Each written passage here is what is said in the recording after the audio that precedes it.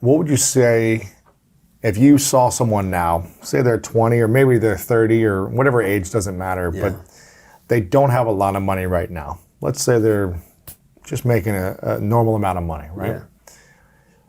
But they have certain habits and behaviors and beliefs and thought processes that you witness. And you could say, wow, if you follow these things, you have the ability to make a lot of money one day. What would be those behaviors or habits that would determine if someone has the ability to be rich? So the first thing is mindset. That's what I call, my channel, the minority mindset. You have to believe it's possible for you. Because if you don't believe it's possible for you, you can have all the resources, you can have all the drive, but you'll never be able to do it because your mind is going to stop you. Your mind dictates your actions. And so you first have to believe that somebody like you can do it from your position and know that, hey, I will do whatever it takes. Now, if you have the mindset, then you have that I will do whatever it takes, that discipline, and then the willing to learn, nothing can stop you. So the discipline means that you're willing to put in work. A lot of people say, don't work hard, work smart. And I think this is a whole bunch of crap. Like you can work as smart as you want, but if you're not willing to work hard, you're going to very much limit your success and limit everything in your life. You have to be willing to work hard. I don't know anyone that didn't put in a lot of hard work for a period of time until they learned how to manage and delegate and optimize with resources and skill and time to work smarter. 100%. But they had to work hard at some in order point. to get there. Once you get there, now you can scale back and now you can reap the fruits of your labor, but you have to be willing to put in the work. The harder you work. You got to make the flywheel turn. You got to. And if it, your hard work makes your smart work even more effective. Key. And then your discipline then it's just like anything else. It's being willing to stick with it when things go wrong and when things get hard. Because things will go wrong, things will get hard. I made a video on my YouTube channel talking about my worst real estate deal ever. I have this running joke with my friends that anytime I start something new, I get scammed and I get screwed over. And it is extremely difficult every time it happens because from the event planning business, I got screwed over multiple times. And then the beginning, it was just a complete flop. I mean, it just everything went wrong that could potentially go. I was supposed to host my party at a venue, planned it for months. The night before the event, it got shut down by the cops because they were apparently serving to underage people. It just lost. Oh, man. And this is my first event, and everything just goes wrong. Then, I started my sock company. I got scammed by a fake marketing company as soon as I started, which is why I started Minority Mindset. When I started, I started for a little bit, I was trying to hustle and I was selling stuff on eBay and Amazon. Me and my buddy, we found this supplier in China who was sending us authentic items that we were going to sell online. We were young and we were selling it. We were making decent money. And then we get a letter saying, you're not selling authentic stuff. We will potentially sue you for $7 million. Oh, man, that's I'm not even 20 years old. I don't even, $7 million, I can't even count that many digits. You know what I mean? So it's like, and I had to shut that down. So it gets tough. Yes. You talked about last time, getting punched in the mouth. You have to be willing to get back up. And, how do you prepare for that?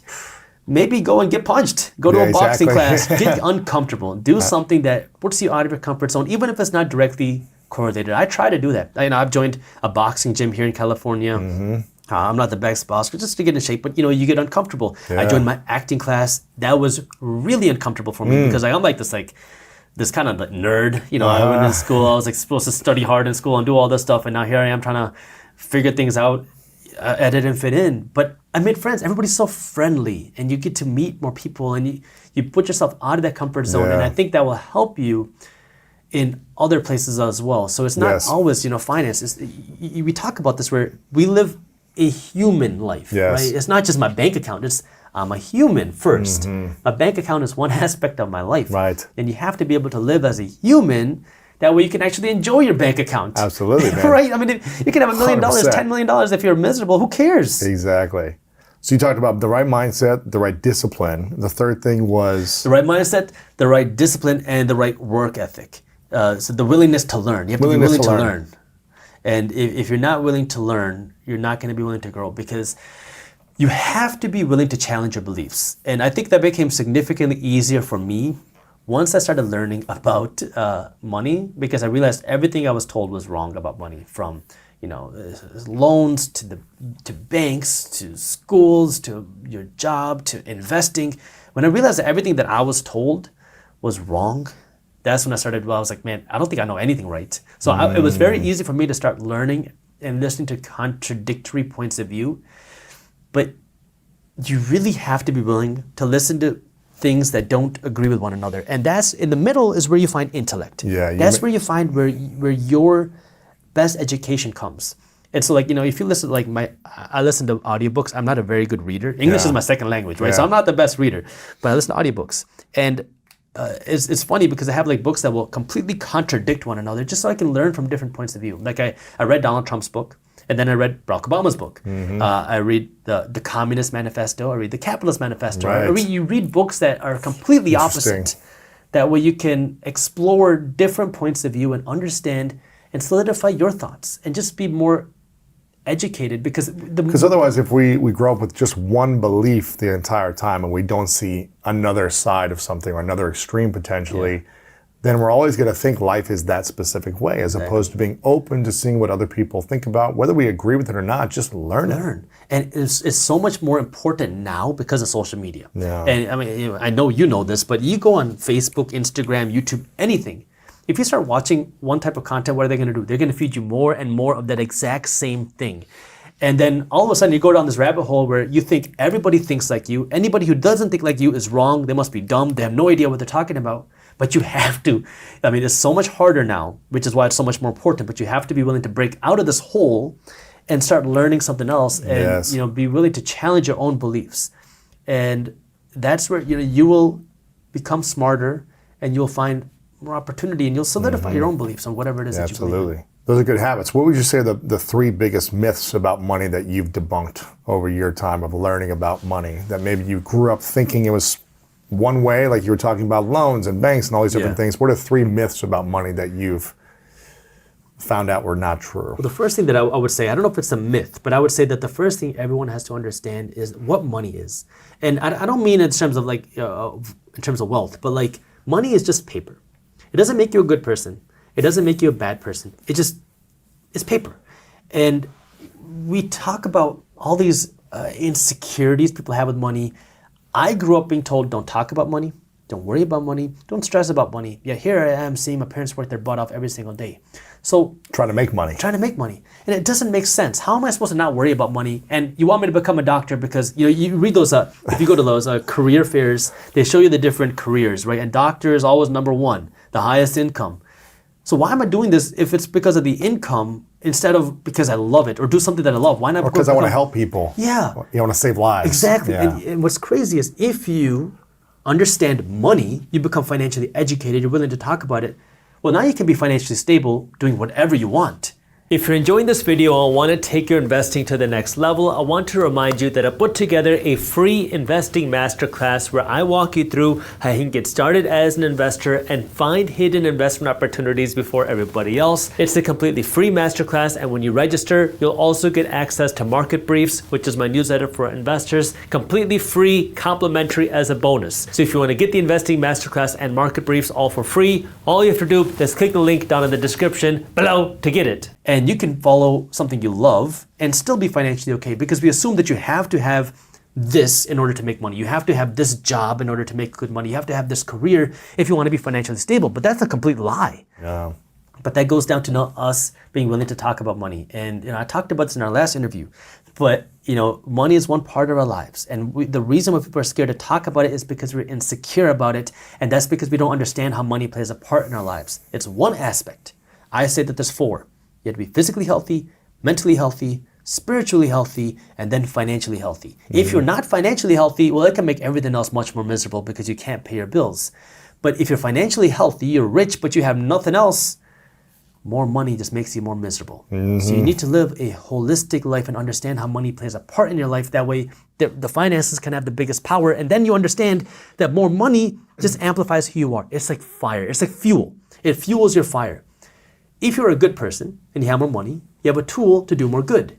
If you're a bad person and you have more money, you have a tool to do more bad. Yeah. Just why we need more good people with money. Exactly. How do we do that? Well, yeah, get educated. A lot of people just say that money exposes who you really are. Exactly. It amplifies who you are. Right. So people can see Whether you're that good person or a bad person or whatever it might be in between. But first off, understanding what money is what you had to learn. It's kind of like this thing. What else around understanding it would you say? So maybe you thought it was one thing, but then you realized it was something else. Exactly. So now that's money. The second thing is, how do you use money and value money? Because I'm gonna say this in the nicest way possible, but traditionally Indian people can be very cheap. Okay? And I grew up seeing this. And what does that mean? It means that the traditional Indian house is a save-heavy culture. And I can say that because I've seen this, and I grew up in that, where you make $1 to spend 20 cents. And the traditional American culture is you make $1 to spend $2, right? And so it's a save-heavy culture. So you're spending as little money as possible to save it. Now, obviously we talked about inflation, so I'm not going to mention what that means with savings. But what I'm talking about here is you can use your money as a tool. And this is what wealthy people do, because now what do they do with their money? You use your money to buy your time back. Because what so many of us do is we're exchanging our hours for dollars. You go to work every single day and you get paid, but what are wealthy people doing? They're not working just to use their money as a way to buy hours. They're using the money to buy their time back. Yes. Because now you can build things and build processes and invest your money, because now you can use your money as a tool instead of as a fool. That's what I like to say. But this is where it's how do you now use your money to make your life better? Yeah. And you don't want to be now just buying a whole bunch of Gucci and Louis Vuitton. It's now actually improving your life. And not to make your life look better, but to actually improve it from the inside out. Yeah. So the simplest example would be you start a YouTube channel. We talked about buying a camera. Well, one thing that you could do is you can hire a video editor. You go on a freelance site, hire a freelance video editor, and now what are you doing? You can spend more time making more videos instead of spending all of your time editing the content. So you can focus on your time. You can hire someone to mow the lawn. You bought your time back. You can hire somebody to help get you your groceries. You buy your time back. It costs money. You have to spend money in order to do that. But you're getting something in an exchange. And now you're buying your time back, so you can use your money as a tool. And you can use your money as a tool to buy your time back, or you can use your money as a tool to make you and attract you more money. That's what wealthy people do. And so you want to be able to use money in that way. The third thing would be now to really, I know I talk about this a lot, but you have to understand the difference between something that makes you money and something that loses you money. That's a liability, yeah. A liability. And what are the main liabilities that people spend on today? The way you look, man. We have this Instagram flex culture, right? And it is very toxic if you do not know how to use it. And unless you're investing your money wisely and you've got excess money and you're like, okay, I want to buy some stuff to flex, cool. But if you're not investing your money and you're just spending it on clothes and watches and shoes if you to look good, if you got the name brand stuff, but you got no savings, you got no investments, you're doing something wrong. Your priorities are in the wrong place. What are you doing? You're making Gucci rich, you're making Louis Vuitton rich, you're making all these companies rich, but you're keeping yourself broke. When I talked about my watch, I spent $1,000 on a watch. I had no investments. I don't even know what an investment was at the time. I didn't realize I could have taken that $1,000 and invested it into a watch company and get a share of the profits. But that's how wealthy people are doing, and they understand that. And there's nothing wrong with spending money. There's nothing wrong with having luxuries. There's nothing wrong with having the nice things. Yes. But it's a matter of when can you actually afford it. You have to know when the right time is for you to have it, because you want to first make yourself rich, and then, blow. If you can afford it, do whatever you want. Grant Cardone was always talking about how he doesn't spend money on the cash he makes to buy watches or things. He only spends money on the watches and clothes and things on the passive income. That's great. From his investments. You take the earned income, you're working every single day. You take this income and you use as much of that as possible to invest into assets. The assets pay you, live off of the assets, because now those assets don't need you to go to work every single day to get paid. So if you break your leg and you can't get paid, you're not getting that earned income, but that the passive income from your assets still coming in. And now if that's the money you're living off of, you are free. Your earned income is just buying you more assets. And so how do you start that, right? And so this is where you have to kind of build some sort of system for yourself. And the rule that I would always say is follow something like my rule of 5. If you can't buy 5 of them, you can't afford one of them. Yeah. So it's, you want to buy a $1,000 phone, you want to buy a $1,000 watch. Okay, fine. Can you buy 5 of them? And if you don't have the ability to buy 5 of them. If you can't afford to do that, then you can't afford one. If you can't buy 5, you can't afford one. And then you want to create a system, like a system that automates your finances, where now you have something going on with your money that is putting your money to work no matter what. And so one of the easiest things, you can create your own, is to follow something like a 75-15-10 plan, which means that for every dollar you earn from now on, 75 cents is the maximum you can spend, 15 cents is the minimum you're investing, and 10 cents is the minimum that you're saving. Now the savings is, you want to build somewhere between 3 and 12 months worth of savings if you want to have that protection. 3 months if you don't have a lot of liability, a lot of responsibilities, you don't have all that going on, and you have a high risk tolerance. 12 months if you want to play it safe. You figure out what's right for you. After you filled your savings, you fill up the savings. You don't want to put any more money into it because now you're just being eaten away by inflation. Right? The savings is not there to make you wealthy. It's there just to protect you against an emergency. Then what you do is you take the money, put it into your investments. And now you just keep investing money. Now what happens is, as you grow your income, you don't change this ratio. So if you go from $40,000 a year to $400,000 a year, you keep the same ratio and you're still investing first. And then you keep saving your money, and then you know how much you can spend, because now what you're doing, which is what wealthy people do, is you invest before you spend. The way that the finances look for the majority of people is you make money, you pay taxes, you spend your money, and then you wonder where your money went. Well, wealthy people do, right? Wealthy people are, you make money. Especially in California. $7 gas and high taxes. But what wealthy people are doing is you make money, and then depending on how you make it, either you pay taxes first or after, ideally after, because there are ways to do that legally, but you make money and then you want to invest as much as possible, and then you spend whatever's left. So wealthy people invest and spend what's left, while the majority of people spend and invest whatever's left. Here's one that I think a lot of people do, and I think it hurts them in a big way. How does someone not make their net worth attached to their self-worth? That's a good one. Meaning, how do they believe in themselves, have confidence, have love for themselves when they're not making that much? Maybe they're in a transition. Maybe they lost their job. Maybe they're just starting out. And how do they also, when they start making some cash, not tie their bank account number to their self-worth? So when you fail at something, you don't become a failure as a person. You failed at a task. And in order to become successful at something, you have to fail at a lot of tasks. And so the first thing you have to understand that about yourself is that just because something didn't work, just because you failed at something, does not mean that you are a failure. Maybe you failed at a task. I failed at a ton of things. I'm sure you have to. You have to screw up a lot. And that's how you find the good.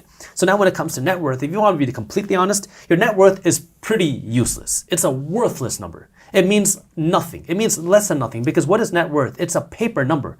If I have $1 million net worth in the stock market today, tomorrow it could be worth 400,000. It doesn't. If you are valuing your life, and even worse, if you are spending based off of your net worth, you're living a very dangerous life. And some people do this because they say, "Oh, I'm worth $1 million, so I'm going to go out and live $1 million lifestyle." You don't have $1 million. You're just worth $1 million. You don't have income coming in. You're just worth this amount of money, and so you go and borrow a ton of money and you start living this $1 million lifestyle, and then things go down, and now you're the first one to lose your shirt. So the thing that I want you to remember is, first, regarding the failure, you're not a failure. Just because you failed at a task does not mean you're a failure. It's actually a good thing you failed, because that means you're one step closer to finding that success. And then second, regarding the actual net worth number, look, this is just temporary. Everything is temporary, and you have the opportunity to build something a lot bigger. You have to have the right mindset. And if you are here in America, you're in a first world country, you have the opportunity to do that. But you have to be willing to learn and be willing to give it time. So you have to be patient, but also impatient at the same time. Patient in the sense that you have to understand that get rich quick is majority of the time a big scam. It doesn't work. It makes the people selling the get rich quick rich and you keeping you broke. So the first thing you have to understand is that. But then second is you want to be impatient, where it's going to fuel that drive, fuel that work ethic, fuel that discipline, and you have to be willing to keep going. If you would have told me 15 years ago or 10 years ago, hey man, you're going to be interviewing with Lewis on this show, I would never thought that's possible. I grew up being told, somebody like me can't do this. Somebody like, I remember talking to my own family members that you can never be a CEO of a company. Somebody like you can't do that. You have no business background. You couldn't even get into business school. And it's funny, and nowadays I'm like, well, there's a lot more value to being the owner of a company than the CEO of a company because the CEO is working for the owner. But anything is possible. And even if you just ignore the financial side, you can do anything you want. But you want to be a singer, you want to be an actor, you want to be an entrepreneur, you want to be a CEO, you want to be whatever you want to do. It is possible, but you have to believe it and you have to be willing to put in that work. Hard work beats talent when talent doesn't work hard. That is the truest saying that you can make, because I worked in the event planning space. I still know a lot of people in this space. I know a lot of people that manage singers, big time singers, especially in the Indian space. And some of these people are incredibly talented with no drive, no work ethic. And where are they going with their careers? They had this spike and then going down. I know these other people that are average singers, but they're putting out songs day after day after day. I mean, if you heard them sing, it's like, it's whatever, but you can produce it well, you can make the hooks, you can write cool lyrics. You keep improving, and they keep putting out content, and they keep improving every week. And it's like, dang, you got millions and millions and millions of views.